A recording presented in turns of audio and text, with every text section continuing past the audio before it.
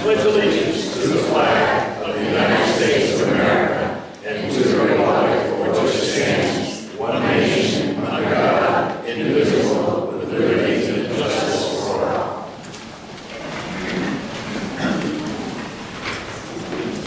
As you take your seats, may I ask that we observe a moment of silence in memory of James Sissel, a longtime resident of Little Compton.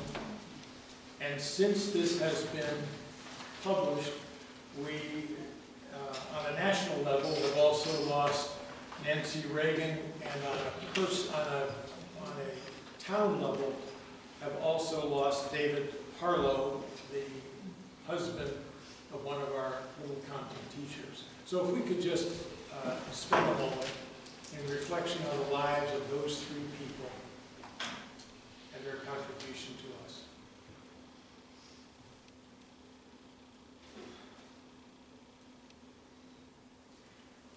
Thanks very much. The first item of business is the approval of minutes of February 18th. Motion to approve the minutes of February 18th, 2016 town council meeting. Listed today. Objections, comments on? I'll second. Motion made and seconded. Any discussion? All in favor? Aye. Abstain. Next, I would like to entertain a motion to make a couple of moves in our agenda sequence. I would like to ask that the council consider moving new business 3, a Little Compton Historical Society issue, to the front of the agenda, and to move old business items 2 and 4, which are a letter of interest and a synopsis of an exercise, to after new business 1. This will enable us to address, first of all, something that we have an urgent need to expedite this evening, and also to put in fairly logical sequence the issues with respect to the town's ordinances. Motion to do so. Second. All in favor? Aye. I'd ask then that the Little Compton Historical Society come forward to speak on behalf of erecting a permanent monument in the old burying ground commemorating the lives of approximately 200 enslaved people. Yes, please. Thanks, Mr.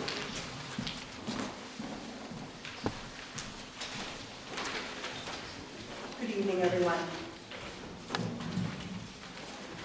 My name is Marjorie O'Toole, and I'm the director of the Little Compton Historical Society.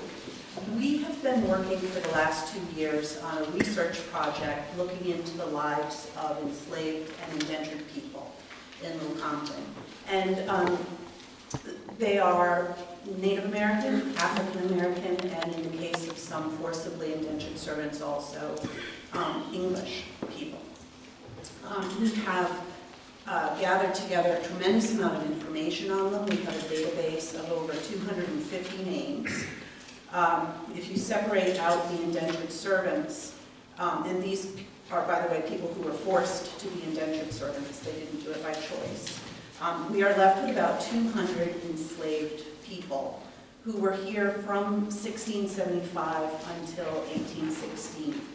Our project committee and the board of the Historical Society would very much like to commemorate their lives with a very simple monument in the old burying ground on the commons. Excuse me. It would look much like one of the existing gravestones, and we would like to place it in an area that is called Slave Row. The people buried in Slave Row were actually free people of color, so we have some education to do about that. But it would be an appropriate place to let the many visitors to that historic cemetery know that there are at least 200 enslaved people buried in Little Compton with unmarked graves. And it would, I think it would honor their memory, and it is something the Historical Society would do at our own expense. So we're asking the council for permission to do so. Discussion on that. Motion to approve. And I'll second it. Motion made and seconded. Discussion. Just a quick question as far as the neighboring families that have been in contact with the people who are nearby or descendants, and there's no issues there with that? in Slave Row have no descendants, died in 1816, I think the last one, have no descendants that I'm aware of. It is isolated. It is the furthest road away from the Just for the record, church. I'm for this. Yeah, I just want for to the make sure record. we're not opening something up here. Yeah, just for the record, I don't anticipate that being a problem. I'm not aware of any people alive today who would be negatively impacted by that. Okay. Otherwise, ready to vote? Yes, All in favor? Aye. Opposed? Thank you very much. Thank you. Thanks for the suggestion. I think it's well said. Next item of business, department head reports. That of the fire department. Motion to place the fire department report on file unless we have any comments on it. Second that. All in favor? Aye. That of the maintenance department. Same motion for the maintenance department. Second. Discussion. All in favor? Aye. And that of the police department. Same motion for the police department. I'll second it, just with the chief, does he have any comments? No comment. All in favor? Aye. Next item of business then is consideration of a request for waivers received from Carolyn's Compton Vineyard for 8 weddings under contract party execution of new ordinances relating to noise and entertainment. By way of explanation, the reason that we are here tonight addressing this is that this item first came to the council 2 meetings ago, at which time it was decided by the council members then in attendance to await the return of a full council before undertaking this item for deliberation. I've read, I believe, all, it may be most, I'm not certain I've seen every single one, I've attempted to do so, of the issues that have been raised in writing by people who have issue with the council considering granting this request. I synopsize them as follows, and this is a synopsis that probably will leave one or more particular items out, but I believe it encapsulates most of what the argument against the granting of this was. The first is noise, the second is precedent, the third is bad faith, and the fourth, although not raised necessarily in documentation, is the fact that the licensing process is still underway. That is, we're in the midst of renewing renewing licenses that were already in place, but under new rules. Let me just go back and talk about those items. With respect to noise, many of the citizens of Little Compton, who frankly are my, and I think our first priority, many of those citizens have raised the question, we think if you grant this, you're going to be going back on the noise ordinance. I would suggest to you that the requests have said, we will comply with the noise ordinance. We're not seeking that. What is being sought is an opportunity to have outdoor entertainment later than 9 o'clock, while still comporting with the noise ordinance. Were this to be considered, it would mean that the weddings that have been under contract would go from whatever the start time until 9 o'clock with a 65 decibel noise limit. At 9 o'clock, that noise limit would drop to 55 decibels for the additional hour of the wedding ceremony, or the wedding reception. So I would counter the sense that we would be somehow saying to an applicant, you can make as much noise as you want for as long as you want up until this time, is not what's being sought and not what would be enforced. The second question, precedent. Were we to act on this respect, I would suggest to you that we would want to be very clear that whatever it is we do is for these 8 events and is not a precedent for any future events, is not an indication of our willingness to be petitioned in advance or petitioned in the future for additional things that came up. Rather, these are contracts into which the into which the Secundant Vineyard has entered with applicants that say, we wish to have a wedding there, and the contract has been signed before we told them what the time was. There are those who say, if you give an inch, it will be taken and a mile thereafter. And I would suggest that that is the question of bad faith, and I don't have an answer for you there. I don't have something that in my review I can say, I see evidence of the fact that this will never ever be an issue in the future. I do have the attention, we do have the attention, of the principals and their representatives of the vineyard, and I believe that we have made a point. Have we made a point early enough? Have we done it soon enough? I would say no. But we have indeed got at least an attention. Can I say to you that that bad faith ought to be excused? No, I can't. And that's my problem. That's where I have a concern with this. The fourth item, the licensing process, has been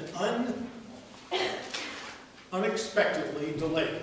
I thought we would be at tonight's meeting with in hand an Ag Trust Seconded Vineyard agreement as to the management particulars of the Ag Trust's development rights holding of that property. We don't have that yet, and that's not due to any fault other than some extenuating personal circumstances, not my person, but other people's personal circumstances. That meeting will not happen until next Wednesday. At that next Wednesday meeting, I expect that those issues will be hammered out, and I expect that we will have at our next council meeting the results of that. So that's my synopsis as the guy who wasn't here and for which my mates thought it was important that I have the opportunity to review. I'm glad they did. And I don't believe I've comprehensively looked at every single issue, but that's kind of my synopsis. Councilor Mataronis, you were the other person there. Right.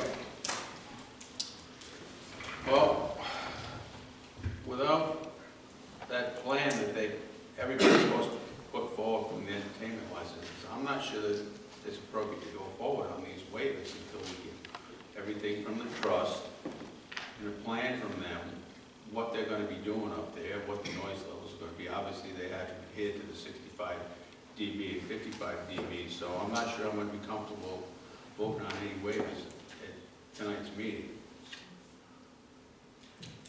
So you're saying that you'd like to see I'd like the to result work until I think we can take this whole package when we do the entertainment license process on the 24th and see how we're going to, what we get back from the vineyard as far as what the Ag Trust has got to say.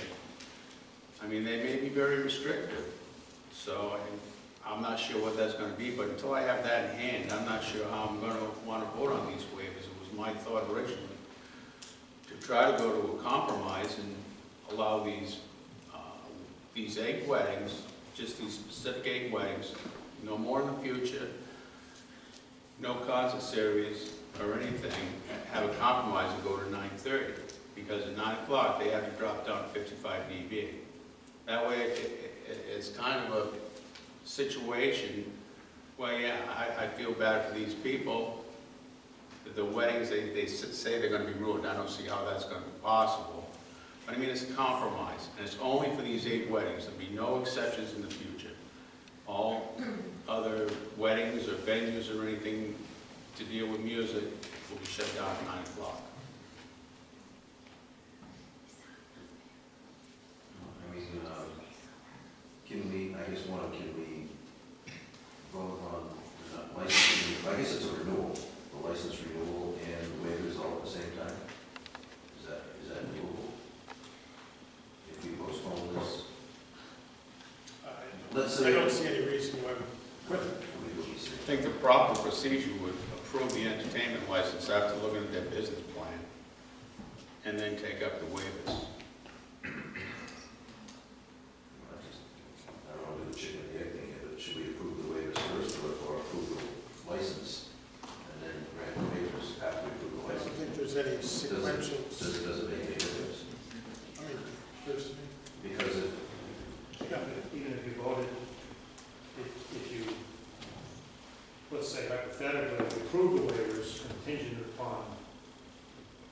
issue an entertainment license, it doesn't, you know, we're still kind of in the bind, I mean.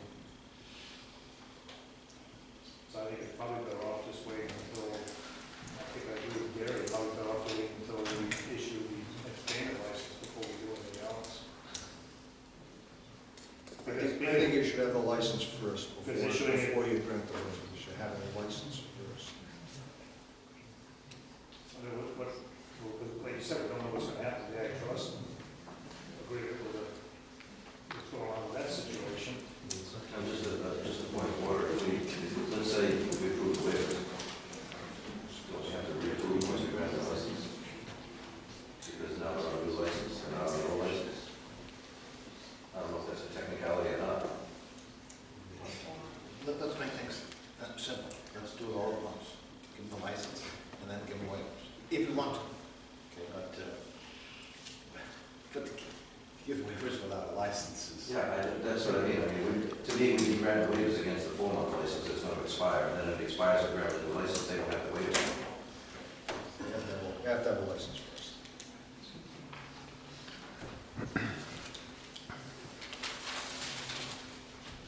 Was that a motion made here? I can make it a motion to push the waivers off until we issue an entertainment license to the Secana Paintings. Then we'll take up the waivers. The next step will be taking up the waivers after we approve the license for the meeting. Second. Motion's made and seconded to do as was described. Is it your intention that we would then, in a single evening or in a single meeting, we would both approve the license and take up that issue? Well, it's brought here by 11 o'clock, I think that would be all right. That's my intention, yes. Motion's made and seconded. Is there further discussion? All in favor? Aye. Opposed? Okay. I'm okay.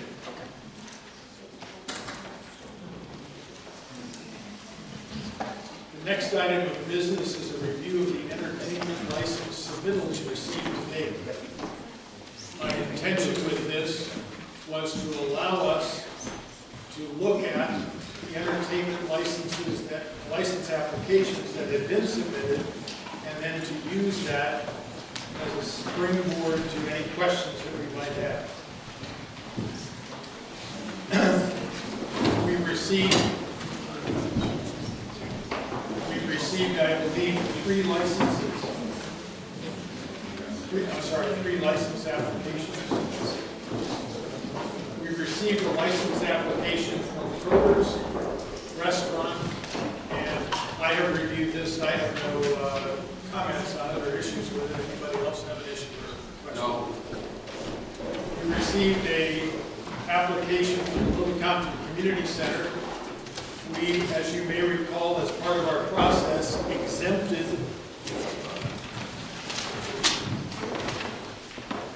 nonprofit, religious, charitable, or civic organizations from the need to apply for an entertainment license. What's your pleasure there? Do we want to accept their application, return it to them, give them the money back? Nonprofit actually paid the fee, They've always paid fees. Yeah, I'll make a motion that we review the application with the fee and say, well, set under the water, apply for it. The motion made and seconded to return the Little Compton Community Center's application to them along with their fee. All in favor? Aye. Aye. And the third is the Stonehouse Resort. The solicitor has asked that he be recused, and I have asked that Attorney Garrett sit in his place.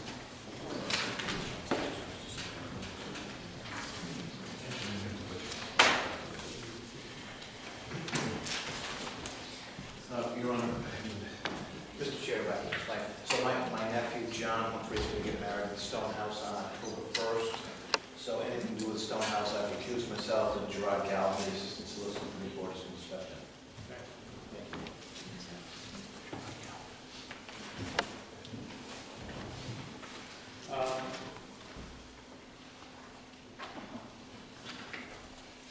me say, my reaction to the entertainment license application for the Stone House, I have the following concerns. I believe the proposal to expand the square footage of available space by 4,200 square feet is not in keeping with the non-conforming use to which the Stone House has been privileged over its history. I balance that with the fact that we are attempting to, with the new owners, to establish a relationship in which it can be a successful operation. It seems to me that that proposed expansion only suggests or elicits from customers the idea that we have available this many square feet instead of this many square feet. And it seems to me that makes the Stone House more non-conforming in the residential zone than it does. That's my primary issue with what I see before me. Other responses? Well, I've probably got about 35 letters of objection to lot coverage and whatnot.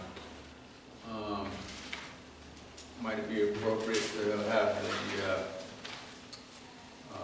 Kevin Bentley come up and try to answer some of these questions? I'm not sure how involved you want to get at this meeting, but I think that was the thought of having some of these entertainment licenses coming tonight. If we had any questions, they could be answered, so we're not wound up on the 24th. I certainly have no problem with doing what you're suggesting. Are you saying that we would then merge the acknowledgement and receipt of all these comments with our reaction to this? Or I had in mind to do them in series, but I'm not. Well, It's not critical that we do it that way. Are you? Well, we've had 3 applications. One we've already issued, refunded the money, saying that they didn't need it. And one for Crothers, I think, is an indoor entertainment. I don't think it should be floated along with an outdoor entertainment application. Is that the question? No, I'm only suggesting that what we are attempting to do here is to review entertainment license submittals received to date. I have no problem with merging that with the other item, which is the citizens' concerns with respect to the Stone House, if you like. Yes, I think that was my intent to do that, so that some discussion can take forth, because I think there's a lot of curiosity out there what's going to be happening. And I'm not trying to suggest we're not going to get to that. I'm only Right. saying that I was intending to make it serious. That's fine. I would ask that we let at least the other councilors. Absolutely. Do that. That was just my thought. Okay. What about zoning certificate, zoning? Is the zoning official signing off on it, or what do we? There is a zoning certificate for Stone House, and the zoning official has also rendered an opinion as to whether or not the proposal comports itself with that. If I can quote, "I believe you can level the area and prep for a portable flooring system where you will be erecting the tent. I do not believe pavers or a concrete slab at the tent location will be allowed. I do not believe a fixed deck is something that would be allowed. I understand you and your associates would like to do the right thing. There's been discussions of glass double insulated panels, also with a structure that looks like a tent engineered to withstand 110 miles per hour. Engineering, permanent floors, engineered glass panels are all elements of a structure, not a tent, and that's where the problem is. The parking at the Stone House property is sufficient for the existing buildings and their existing uses described above, together with the tent size and use they will have had in the past, the tent size in the past. Any change in size or expansion of structures will require a use variance from the Little Compton Zoning Board of Review. You have the right to appeal this decision to the Little Compton Zoning Board of Review. Well, I mean, that to me is, doesn't that kind of take it out of our hands? No, that's just the basis for my, I suppose, it puts it in someone else's hands as well. I think ultimately it rests with us with respect to the entertainment license. So I'm only offering the opinion that I believe that what has been proposed in the form of the entertainment license is a significant expansion of the residential zone, non-conforming use, which historically the Stone House has had. This gets into lot coverage. What is lot coverage? It is that. It is also structures that are proposed to be erected. It's intensity of use of the space. It's a number of things. My purpose in this meeting was to try to react in advance. I had hoped we'd have all 8 entertainment license applications, and we could respond. Well, the 3 we have, I'm responding to, which is why I responded to Councilor Matamoros the way I did. I had intended that this discussion center around, we have in front of us an application, what guidance can we offer, what response can we offer as the approving authority for an entertainment license to the applicant, in advance of 2 weeks from now when the applicant will come forward and say, I'm here to receive my entertainment license. It seems from his letter, he's setting up or showing us that there's a very good possibility it's intensification of use. And there's a lot coverage issue if they do certain things. And I'm not sure the review process, how that should work. Should they go to, I'm just asking this as a question, I'm not making a statement. Should they go to the zoning board of review to get a variance? And if the zoning board looks at it and says, nah, you don't get a variance, you're fine, go ahead. And they come back to us? Or do they go to the zoning board of review, they get an answer that they disagree with, and they appeal it? Does that come back to us, like we do for tax abatements? And then if they don't agree with that answer, they go to court or something beyond that? Or I had envisioned that, given the fact that the Stone House is coming to us in advance of taking action, that we could, in fact, respond to them and say, here's how we see what you've provided us. And I agree with you, Councilor, we should give the representatives of Stone House an opportunity to say, all right, I don't think we were clear, here's what we meant, or here, so that we can not, on March 24th, which is slowly becoming a rather complicated meeting, that we could deal with some of the questions beforehand so that someone doesn't spend a lot of time developing a proposal that is unacceptable. So, yeah. okay. Fair enough.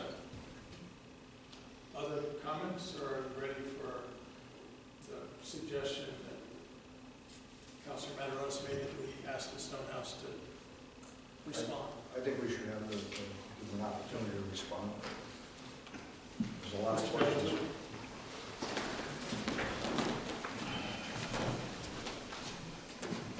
Kevin Linda Tooley here on behalf of the Stone House and with the organization that will be operating the property over there for about 8 years now, a lifelong Little Compton resident.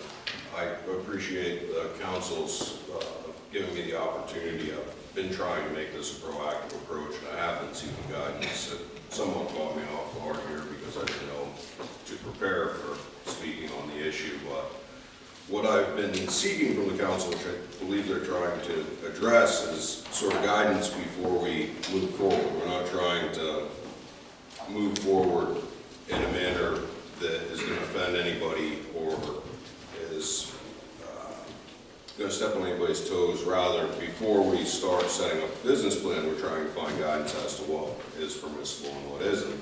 And I found this to be a prudent approach, obviously, for a number of reasons, but it's a great respect for the town and the community, and frankly, we don't want to be, ostracizing people before we open the doors. With respect to our plans there and the tent, my understanding, and again, I prepared, or I anticipated that this would probably be on for the 24th, but in the past, my understanding was they'd had tents outside. We're a little bit handicapped in the fact that the barn structure where the Moors had traditionally had their weddings was remodeled to take out the mezzanine and significantly curtail the availability of, or the opportunity to have events inside of it when the prior owners essentially revamped the whole property. Where that left us is a point where we essentially, in order to have events, will be having them outside, which is consistent with the past uses under a temporary structure such as a tent. The concern that we tried to address and where we're sort of looking for guidance is if we're going to put a tent outside, we have a significant community interest in noise, and we have a practical concern with it going over grass.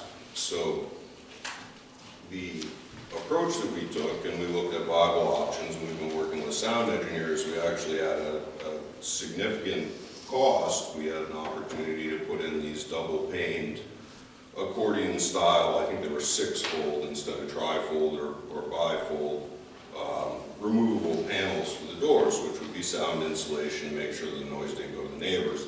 Problem is, you've got to have them on a hard floored surface in order for them to work appropriately in order to move in and out. Now, everything would have been able to be taken out on a seasonal basis if we were to do that.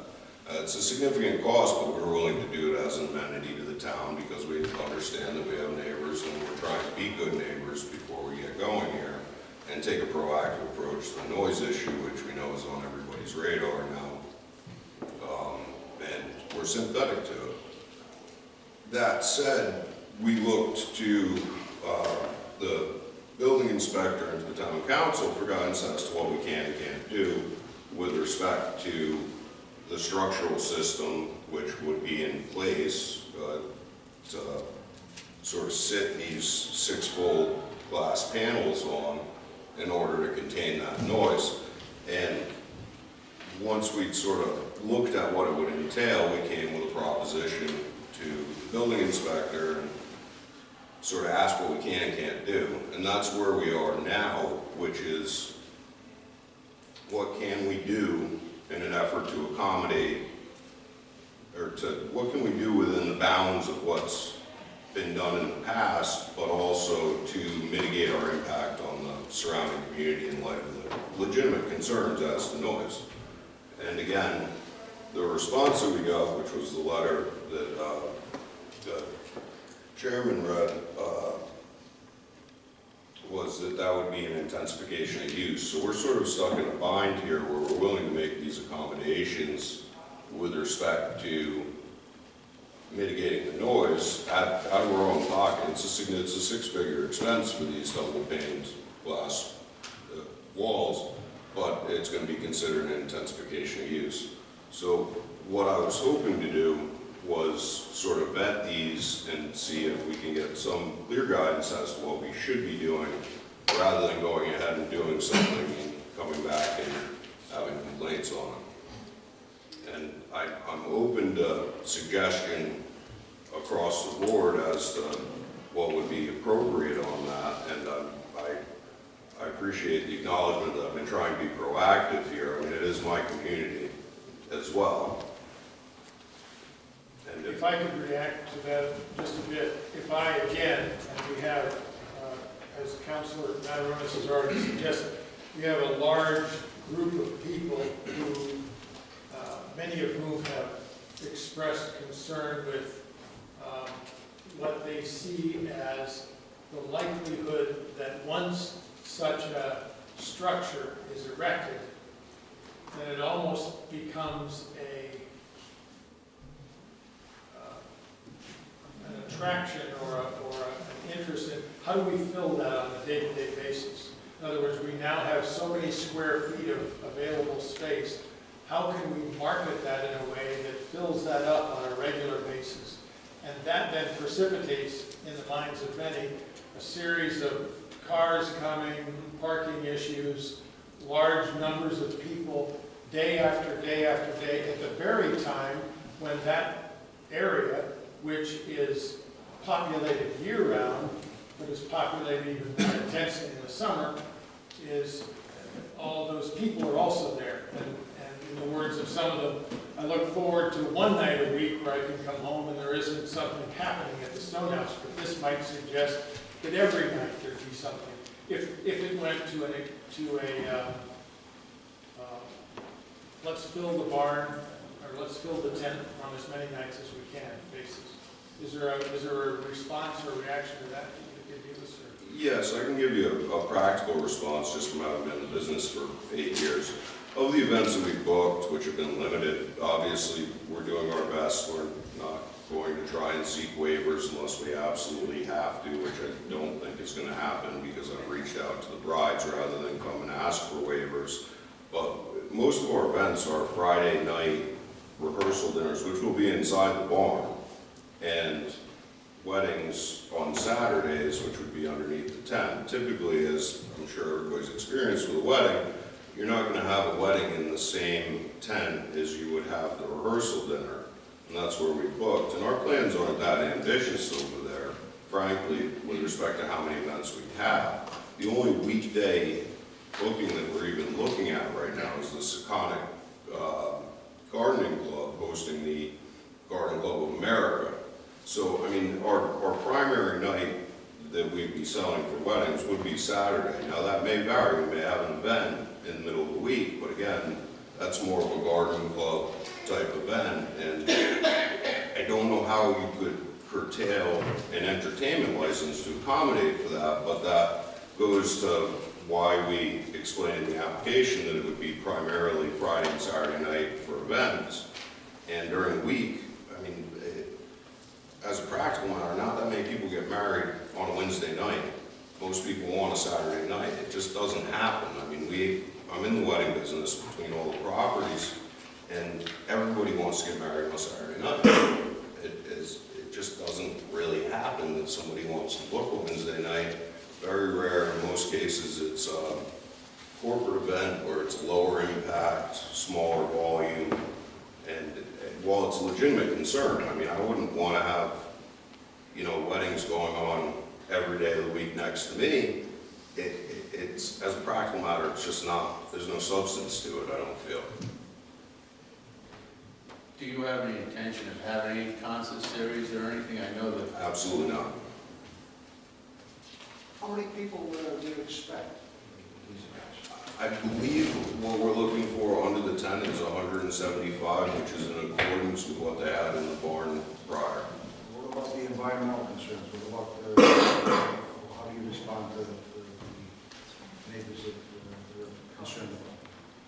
With respect to the environmental concerns with the noise, I'm happy to do No, not just the noise. We're talking about traffic. the traffic, the toilets, and all that. So, talk to us about that. With respect to the toilets, again, I didn't know this was going to be on the agenda tonight. I thought we were going to speak to the procedures. I believe we have adequate facilities in the event that we don't. I mean, the ordinance that was adopted requires us to provide portable toilets to accommodate all of our guests. I mean, the primary concern, the restriction on how many people we can have there will be provided by the parking, period. I mean, that's what's going to restrict us. I think there are other restricting factors that are going to govern and restrict how much of an impact and how many people we're going to have coming and going from there. But, and again, having looked at the bookings, and I'm not prepared for it, I didn't bring my bag or my file, but having looked at the bookings, we're looking at less, at least for this summer, which is the immediate concern, because we've got to do something at this point, and that's why we're looking for guidance. It's less than they were doing under the immediately previous owners. We have 15 events booked, and that's including the rehearsal dinners for this summer. It's very minimal. I think they did 14 in 2014. But your neighbors don't think so. When you're talking about putting up a tent that's 44 by 88, your neighbors are very concerned that this is well beyond what the stone house used to be. Understandably, it's as a matter of fact on it, though, I do not believe that's sort of well-grounded. Russ Morin was running the weddings under the immediately previous owners, and I've got his records. If you'd like to go back to the Turbex and the Moores, I have an affidavit from that. I mean, short of demonstrating what the prior use has been to the town or the building official, which if that's the benchmark, I have my facts are in line, my documentation are in line to support what it had been in the past versus recollection, which may be jaded by the fact that there was a period there where it wasn't operating.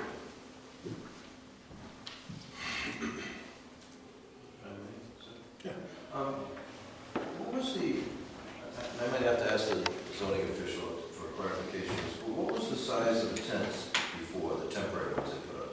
Any idea what they used to be, how big they used to be? Same size. Same size? And then to the zoning official, it says, the parking of the Stonehouse property is sufficient for the existing buildings and their existing uses described above together with the tent size and the use they had in the past. Does that mean it's just parking? I can't see him. I know he's over here. There it is. Does that mean, putting the intensification use just to one side for a minute, if they had a tent this size, they've got adequate parking to cover that tent? Based on the way they use it, the tent has never been evaluated for parking, but the tent has always been in place over the last 20, 30, 40 years. They've had tents there. So when you set up a tent and take it down, it's a little different than when you have a tent permanently there for 4 or 5 months straight. Then you have a large, I believe, you have a larger impact as opposed to setting a tent up on a weekend and taking it down. And that's always been the case. They've always had that use there at that site. That's the way I look at it. A temporary tent, the tents with poles and So there was some, I guess what I'm getting at is is the parking requirement the same if a tent is temporary or more permanent, or is that's? It's not even in the parking regulations. Not in the parking regulations. But when you erect the structure, it is. Well, that's what I mean, so. You know what I mean? Like, they've always set up tents there, and they've always done that. So if they, and again, I'm putting all the intensification use to one side, I'm just looking at, if you've got building A, building B, and you call it tent, building C, is there enough parking for all those buildings? There No, isn't. the parking's for the buildings. Buildings, okay, that's the clarification. Yeah. Thank you. So, I mean, it just, to me, this keeps driving it back to the zoning board.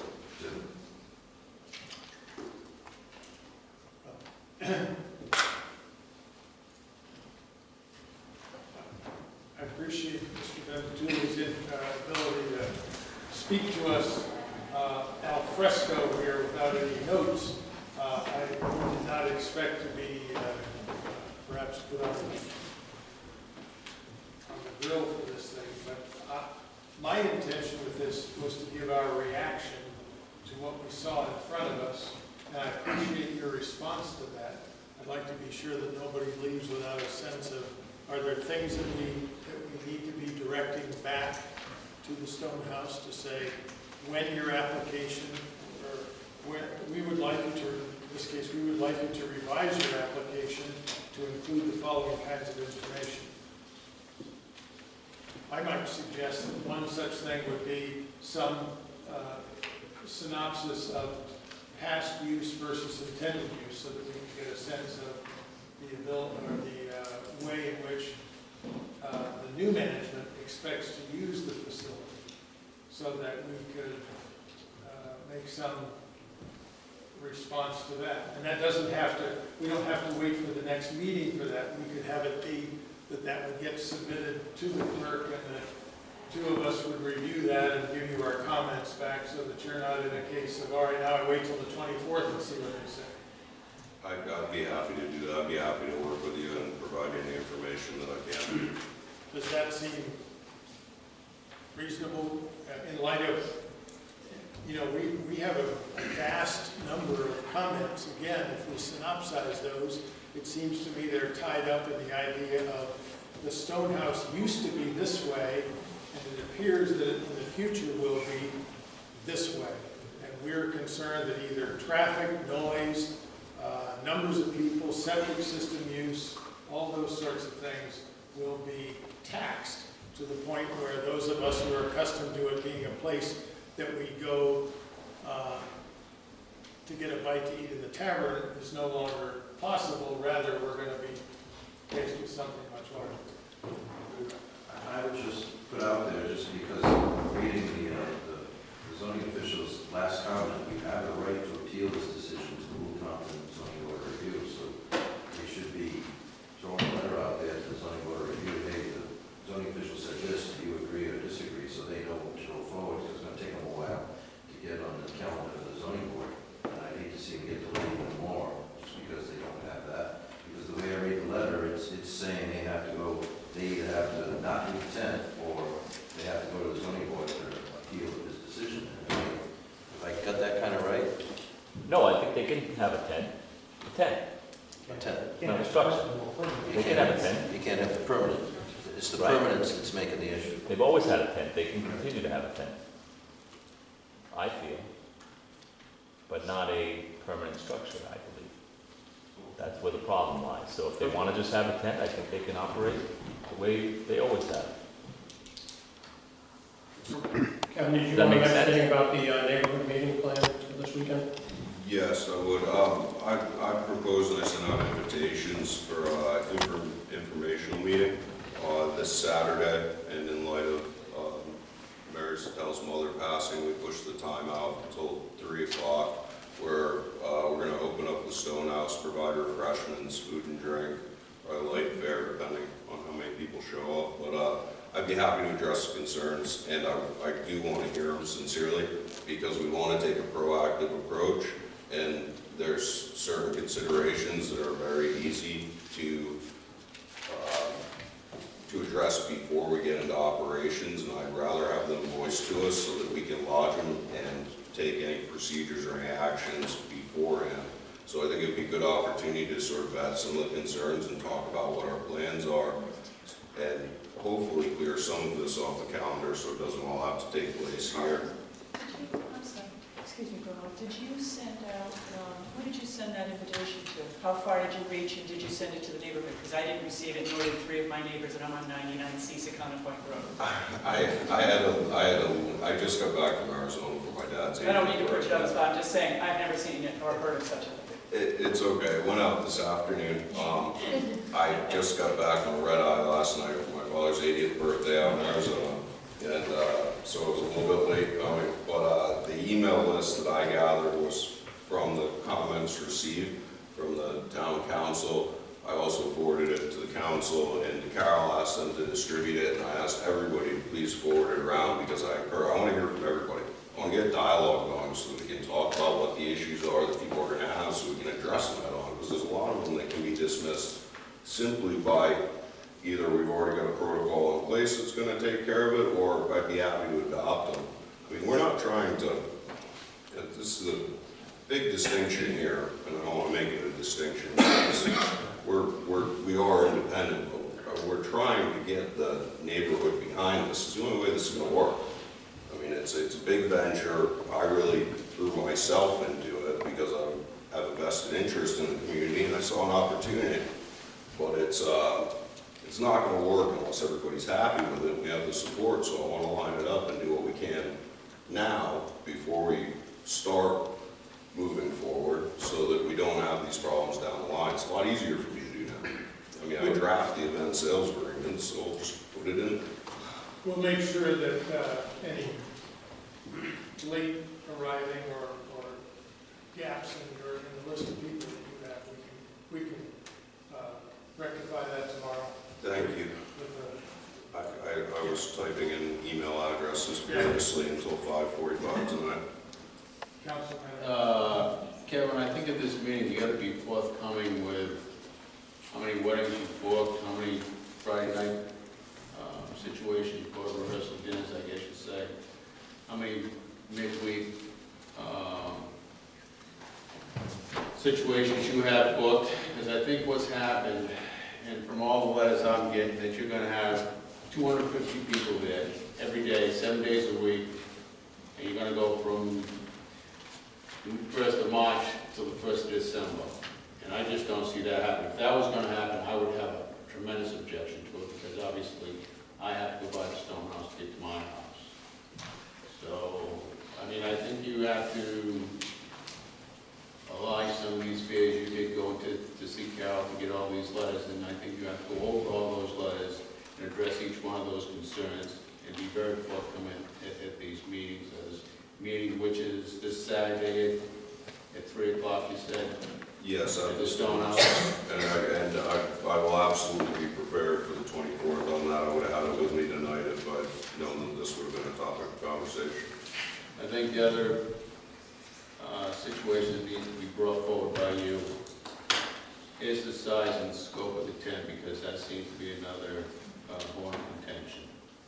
Yeah, understood. And the plans for the tent, I think we laid out. I think, I mean, at this point, we could still modify it. We're getting into a period of time where it's getting tight in the season because we'd like to open the doors. This is why we've been looking for guidance, but I can tell you that those conform with past uses. I mean, I can provide you evidence of that, and that's sort of the benchmark that I was told to go by. Outside of that, I don't know what to do besides tell you what we're proposing to do and sort of what's been done in the past, according to the best that I can gather. Would you be willing to be one of those who reviews this in the next 2 weeks? Certainly. Yes, I will. Okay. Is there another counselor who would be willing to be part of that? Okay. And ask then that there be a motion that Councilors Mataronis and Appleton sit with representatives of the Stone House to work the details of issues, and so that the submittal is as close to what we think it needs to be as possible. I think what you need to do is, and hopefully there's going to be quite a few people come to this invitation you put out and take some of their suggestions, comments, and whatnot. The meeting on the 24th is going to be continue the comment on the Stone House, because I know a number of people are flying up and coming specifically to just express their interest in what's happening. Will there be an opportunity at that hearing on the 24th? Absolutely. And I think that, if I may comment, that the initial application, which was the 250 people, 7 days a week, and the tent, is what got everyone's attention. So I think there's no question that the neighborhood in general, at least from my perspective, would like to see the Stone House come back. You know, it was part of a welcome part of that living community. And the issue is, I'm going to say, intensity and how it impacts the neighborhood. And so if we're,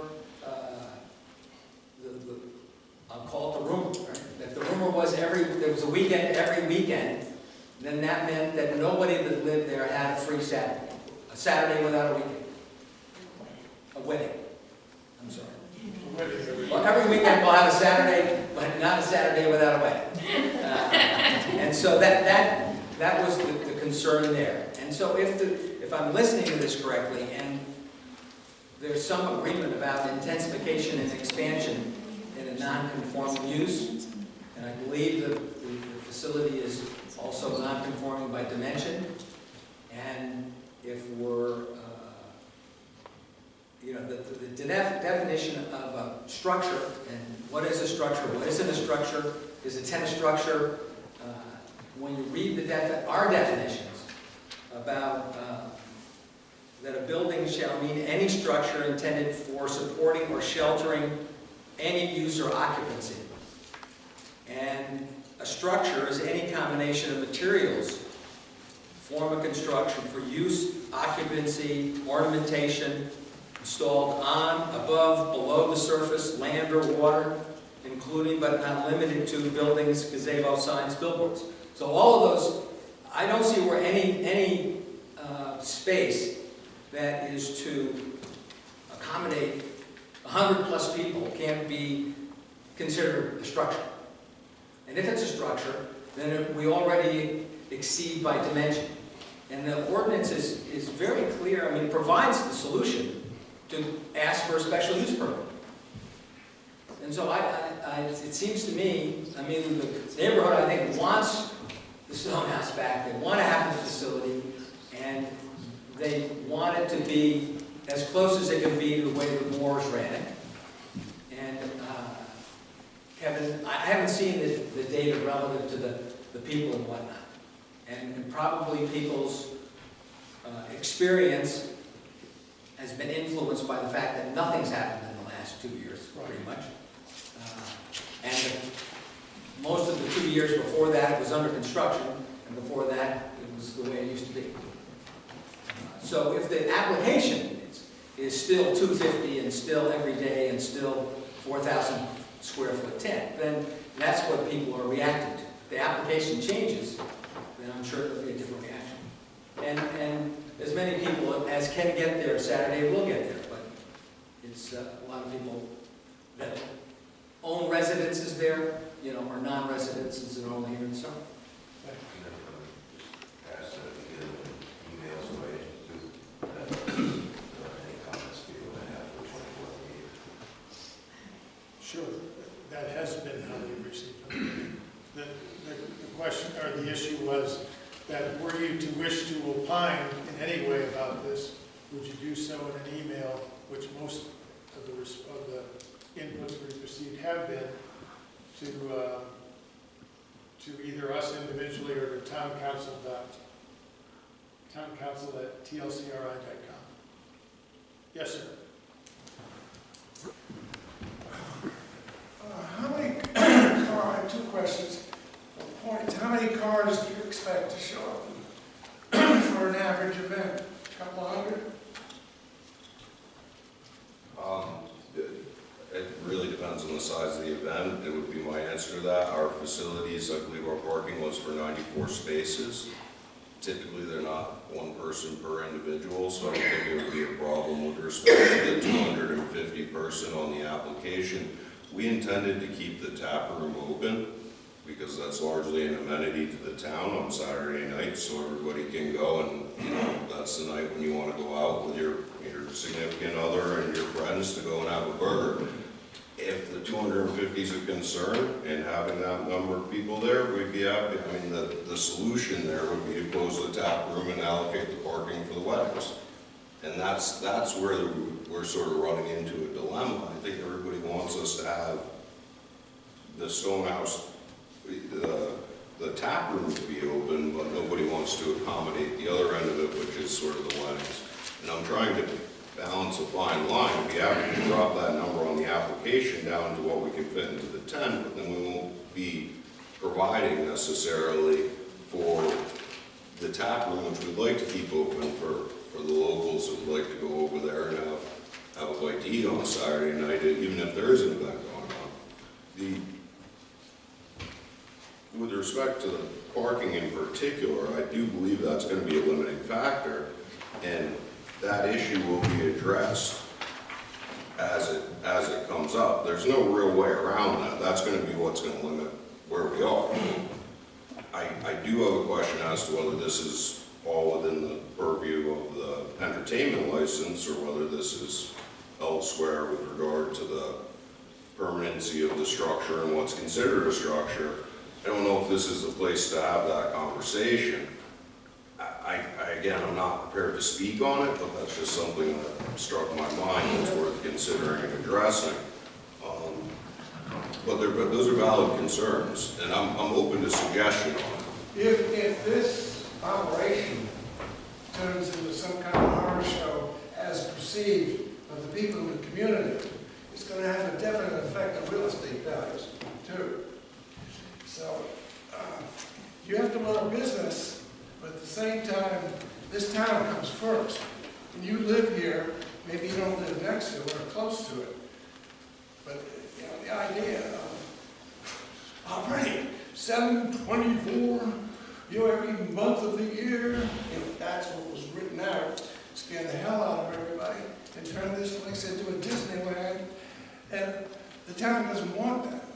So, understood, and that's not our intention, and I apologize. Well, I don't know. It was, again, the perfect illustration is this Monday to Sunday. There's certain events like the Garden Club that they approached us. I don't know if they've booked, and I'll pin that down, but that's the only midweek event that we've been approached with. It's just not the weddings don't come in Tuesday, Wednesday, Thursday, they don't. It just, So that's what was on the paper. well, that was to accommodate the special exception. What was written was, okay, it's a Monday to Sunday, but if we have a weekday event, it's primarily going to be on the weekends, but we would like the license or the entertainment license. Yeah, that's one of the things that we can clarify in this discussion. And again, that would be fleshed out in the plan that we're going to present to you with respect to what we're. Fair enough. All right.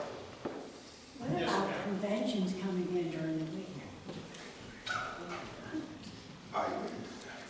In my experience, I don't see any large conventions coming in during the week. We don't plan on it. It's not something that we actively market towards.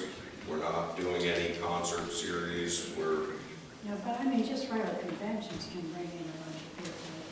If you have a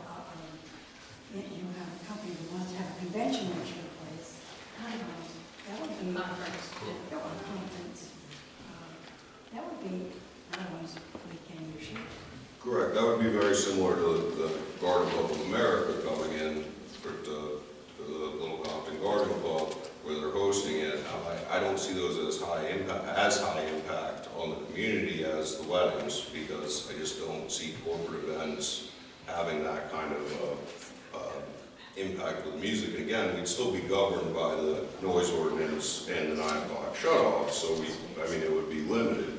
And I think it would be a rare exception that would even occur, and even if it did, I believe as a practical matter, it would be a lower impact, and there are still safety provisions with respect to noise that are in place.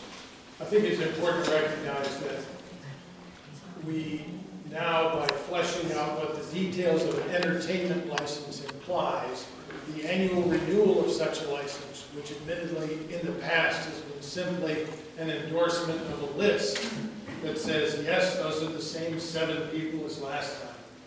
There's no reason that we can't use that opportunity to say, except number 6 has an issue because of thus and so. That certainly has happened with the police chief in the past expressing concern over a liquor license for a particular entity. I would envision the same would be true here. So I don't think this is a once and forever, and once we've laid it, it's down. The other reality is, as we said when we were developing both the noise ordinance and the change to the noise ordinance and the new entertainment license ordinance, we think those two are our first cut at something which we will later, and many of you feel that we didn't go far enough. Many of you think that we should change certain aspects of that. That will be very much a part of the process going forward. From all the activity up at the vineyard last summer, to having a noise ordinance and entertainment license application that's much more stringent, I think we've come a long way. But I will concur with you that we have done this, and we're not going to take it lightly. And if there are bad apples out there that think they're going to circumvent the rules and the regulations we put down, it certainly we're going to bite them in the butt when we go for, when they come back with renewals. And I think we can, the way we wrote the ordinances, we can separate people out now. Before, I didn't want to do that. I didn't want to discriminate against one faction to the other. But I think now the way the ordinances are written, we can go in there and we can say, you're okay, you've been a bad actor, now we're going to be more restrictive with you. So, I think they should be taking note of that. Just to speak to that, and I think the council will agree, I was a big advocate of giving the council the power to put handcuffs on anybody that wasn't acting within bounds. If they get a lot of complaints, and I don't think they have to wait for the next year under the way that statute was written. I mean, I'm that confident in the way we're going to run this business. I fully give them the power to put further restrictions on us if for some reason we're causing a commotion or the community is not happy with what we're doing. And I think they gave themselves the power to do so through that ordinance, which I was fully agreeable to, because I'm confident that we're going to be able to do this in a manner that we're not going to adversely affect the neighbors. Yes, sir. There are 2 issues that seem to be coming up with the vineyard and with the Stonehouse, and that is intensity of use. That was not addressed in the entertainment license at all. If you're going to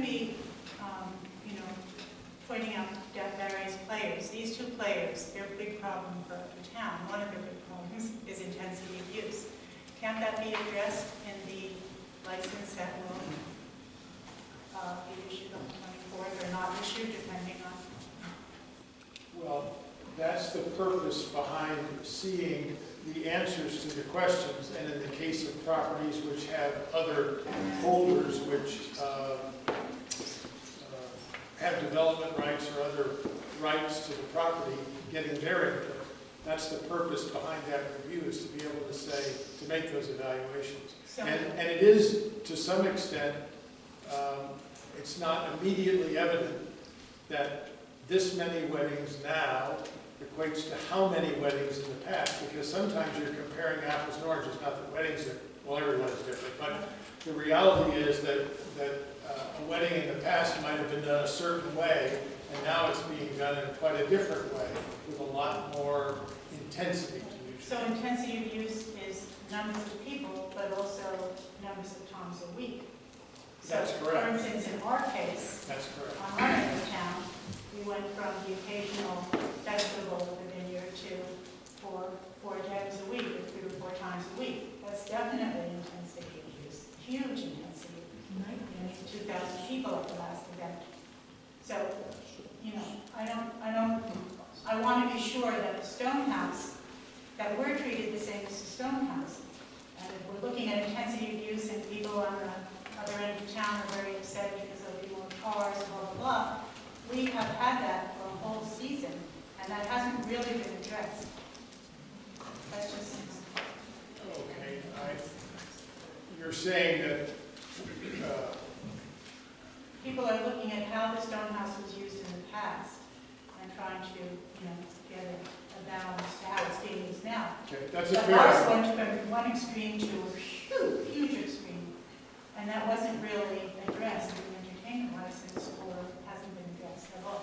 So I'm just saying, we have to be treated fairly, both sides of town here, with our little issues. The distinction I would draw is, and I accept what you're saying, that what is good for one venue is also good for the other. The distinction is that the Stone House, as represented by its current owners, didn't hold an entertainment license. And so to some extent, we are dealing with, in one case, the renewal of an entertainment license, which caused the vineyard to be able to say, we believe we're operating under the conditions that were handed to us when we bought the property, and we don't see us as, so it's that conversation or that confrontation, just depending upon your perspective, is something that we're trying to avoid with the Stonehouse example, not because we presumed in advance that they're better than anybody else, but rather because we have an opportunity to speak with them before they get started. And to some extent, the vineyard's difficulty with complying with the things we've done are certainly evidenced by the fact that they've signed 8 contracts with people before we even had the stake in the sand that says, here's the number. So it's, from November. what's that? Changes. Well, I don't want to get into it. Yeah. But The idea that we should be treating, I don't feel that you are in this conversation, because I feel that we're not talking about, the amount of events on our end of town, but it is seems to be a big issue with this, and that doesn't seem fair. okay, I got that. Let me think that through, but I accept your statement. Okay. I feel that they should allow these variances because they can address, and it's unfair to the people that live near the vineyard to have to put up, it's bad enough that we have this nightmare every night, almost every night of the week pretty soon. What is it, is it a concert or is it a vineyard? It's unfair to anybody that lives around anywhere near there to have to listen to that music that is deafening and nothing can be done about it. I mean, when we call to say, wow, the music's loud, and they go out there, are they going to really measure it? The decibels? I mean, how is that going to be enforced? Let me say that I'm not going to answer your question directly because that's not the subject at hand, but the idea of the evenness of application is certainly before us, and I acknowledge that we need to be that way. We have obviously growing pains that will exist with the implementation of what we have. I wouldn't be surprised that we come around a year from now and say, you think you want changes to this ordinance, we want changes to this ordinance as well. So I'm not suggesting in any way that we've got it all done, it's all wrapped up. And by the way, the fact that the vineyard was here much earlier than the stone house means that they get treated differently. We're going to try to apply that even. All right, we need to get to this vote so that we can do that. The question before we go. Yes, sir. One quick question, if I may, please. Is there within the footprint of the stone house, either adjacent to or incorporated within any ag trust land? There is a separate parcel in the front of the stone house property that is, to which the development rights have been conveyed at least. I don't know whether they own it or not. Yes, we do own it. To answer that question, the development rights have been conveyed. We have no intentions of using that whatsoever. What it gets to is if you're going to request of the, or insist of the ag trust to come up with a conclusion or definition of usage for land that is incorporated within the footprint of Secana Vineyards, it should be done in a timely manner and be made applicable to the potential that this gentleman might have. When and if they propose to use the land as the vineyard has done already, that is under easement to the vineyard, to the ag trust, that we would invoke that requirement, yes. Because we asked the question, is any of what you're intending to do on property whose rights have been conveyed to a conservation entity? And the Stone House has responded no, according to that question. It is not their intention to do that. Definitively, no. We have no intention of using that at all. All right. Yes, sir. One quick question. I'm glad the stone house is going to comply with the ordinance. That sounds great.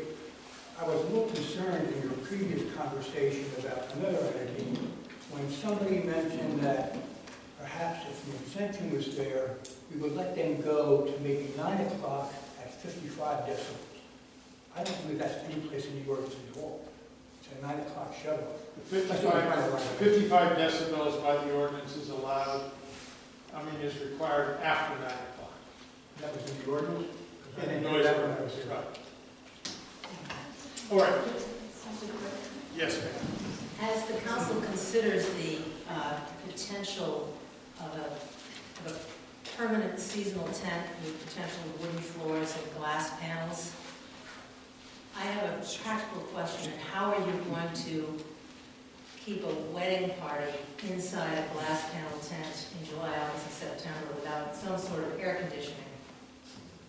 And how would that be powered? And would it be allowable to have that type of electrical service to a building that is seasonal and non-permanent? May I refer that to this group, or are you? I can answer that. They're mobile units that they set up if it's closed in for heating and cooling. And how loud are those air conditioning units? They're not very loud at all. They sit outside. We have them out. So they're irritating, I know.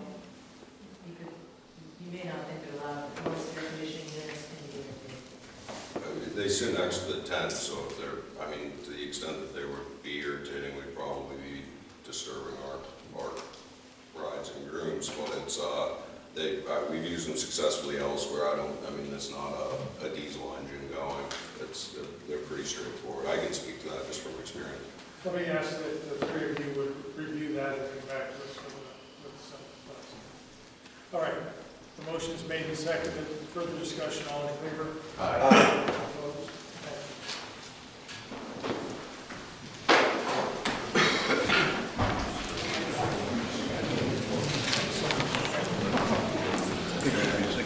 Our next item of business, is successful letter of interest in Scott Morrison, Service Harbor Commissioner Motion to approve, and I think it'd be a good asset to the harbor. All in favor? Aye. Next is a synopsis of the med system exercise which took place February 27th. I simply put this on the agenda because I wanted to point out to you that the town of Little Compton, under the supervision of the town clerk, provided 50% of the participation of volunteers in an island-wide, countywide, and I think included Bristol, but it didn't show up, exercise. Let me simply say that if you're from the island and you think these people off the island don't pull their share, you got another thing coming. This is a place where it's happening, and my great commendation to the clerk and to the 12 volunteers who made our contribution to that exercise a big effort. And it was recognized by the state, which is even better because that ought to influence their favorable nature towards it. Yeah. Amen. Thank you. The next item is the Rhode Island Interlocal Risk Management Trust has asked us to select an option for the use of the distribution of equity, which is historically, in the recent history anyway, been their what they do.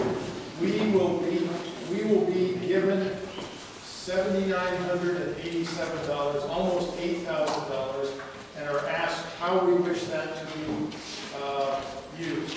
I would suggest to you that we place this into the premium reserve for the specific intention of eventually putting it into the OPEB trust that we have to manage, so that our OPEB responsibilities now and in the future will be covered by that. So moved. Second. All in favor? Aye. The next item of business is a resignation received from Sergeant Vitale, who's in the audience with us, from the Little Compton Police Department, and the consideration of necessary actions to respond to that retirement, or that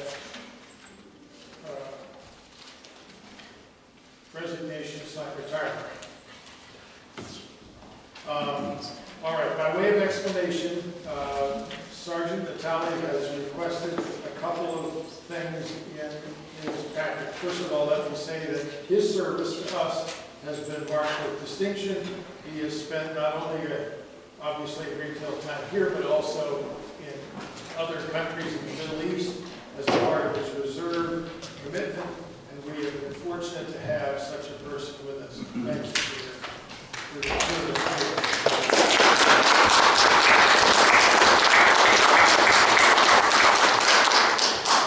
Sergeant Vitale has requested compensation for his remaining 7 days of unused vacation days, which are owed him, and I believe we should award him under contract.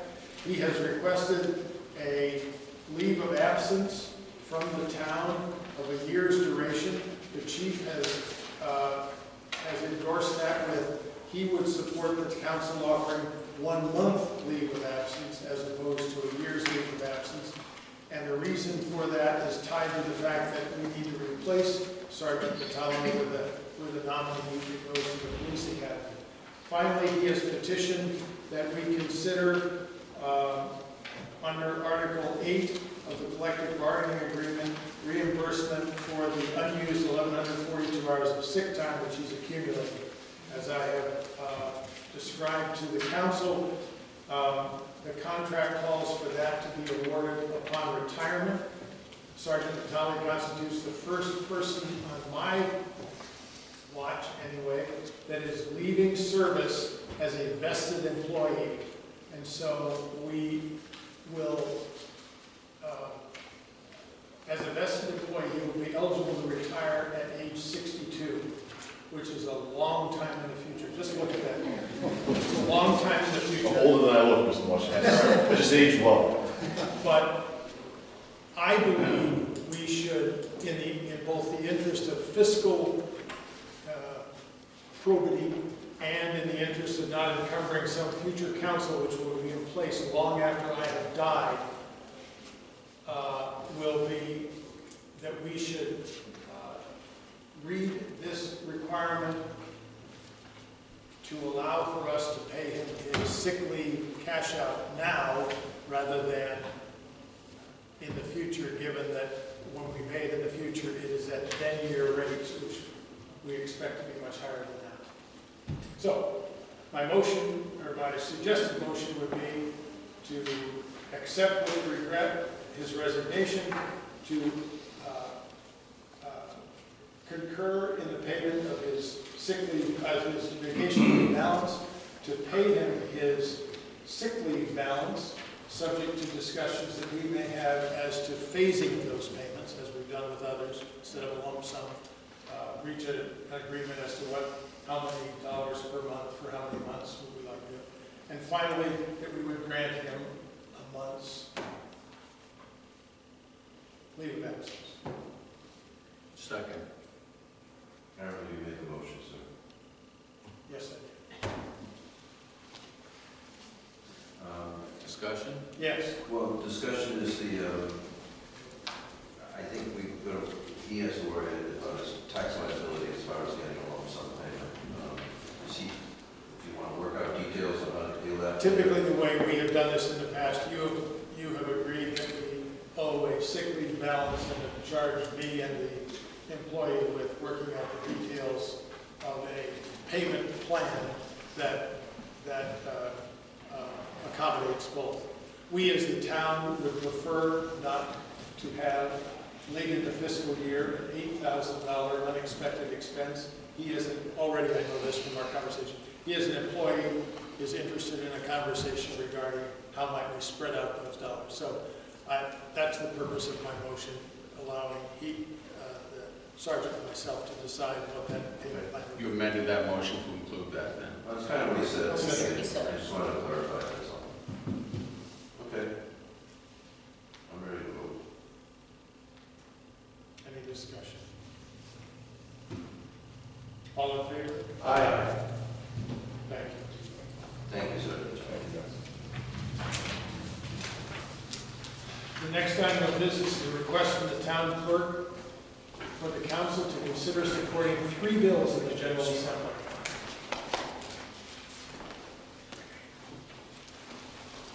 These 3 bills she has singled out as ones that will save money, assist in operations, those sorts of things. Is that accurate? Well, they need further study. All 3 of these bills, I'm looking for you to support them going to further study, not for passage. The Rhode Island City and Town Clerks Association has asked that the General Assembly submit all 3 of these for further study. They have to do with early voting, and there will be a mandatory requirement of having a designation open on both Saturdays and Sundays, 4 hours each day, for 1 weekend prior to elections in 2018 and 2 weekends prior to 2020 elections. So you're talking a lot of overtime and extra hours, and it's over. Well, it is, but there is more study that needs to be done on this before you just jump into Now, it. who would study this? The General Assembly does. When you ask the General Assembly, a committee that studies it. Right. I'll move this. Second. The motion is made and seconded to support the recommendation of requesting 3 bills for further study. All in favor? Aye. The next item is a request from the Armenian National Committee of Rhode Island to fly the Armenian flag on April 24th in memory of the Ottoman Turkish government's attempt to eliminate the Christian Armenians from their ancestral lands. Second. Discussion, all in favor? Aye.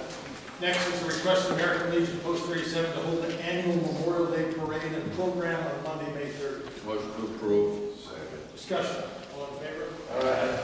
Next is an announcement from DEM, the 2016 Recreation Acquisition and Development Grants application period is open now through May 27th. I can tell you that I've solicited from the Recreation Committee and from other players their recommendations. I will take, obviously, from the public or from any of the council, any suggestions as to what we ought to do. I've also spoken with the Agricultural Conservancy Trust with respect to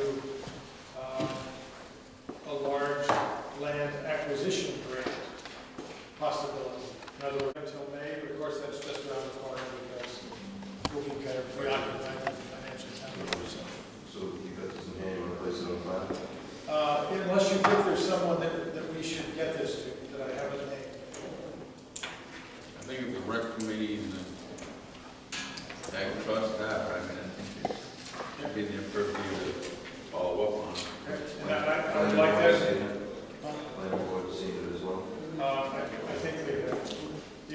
So might there be a return of this to us for reconsideration, say the second April meeting? Would that be- So moved. Second. Motion made and seconded, place on file till the second April meeting. All in favor? Aye. An invitation received from Mayor Napolitano of the city of Newport to participate in the 60th annual St. Patrick's Day. Motion placed on file. Second. Discussion, all in favor? Aye. Copy of the resolution adopted by the Foster Town Council supporting the formation of a coalition among Rhode Island's regional school districts. Motion placed on file. Second. Discussion, all in favor? Aye. And a communication from Larry Anderson explaining his submittal to the town clerk for an article to amend the Little Compton Agricultural and Services Trust transfer tax and exemption provided to us for informational purposes, not for our action, but certainly Mr. Anderson is here for questions regarding his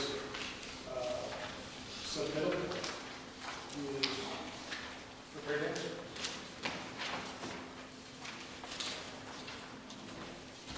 Very good. I read it over. I have no questions on it. Is there a motion to place this on file? So moved. Second. Discussion on that. All in favor? Aye. Thank you. Okay. The consent calendar. Motion placed on consent calendar on file, so more support. Second. Discussion. All in favor? Aye. And the payment of bills. 2 pages. Move to pay the bills. The 3-week period. I'll second the motion to pay the bills. Pay the bills is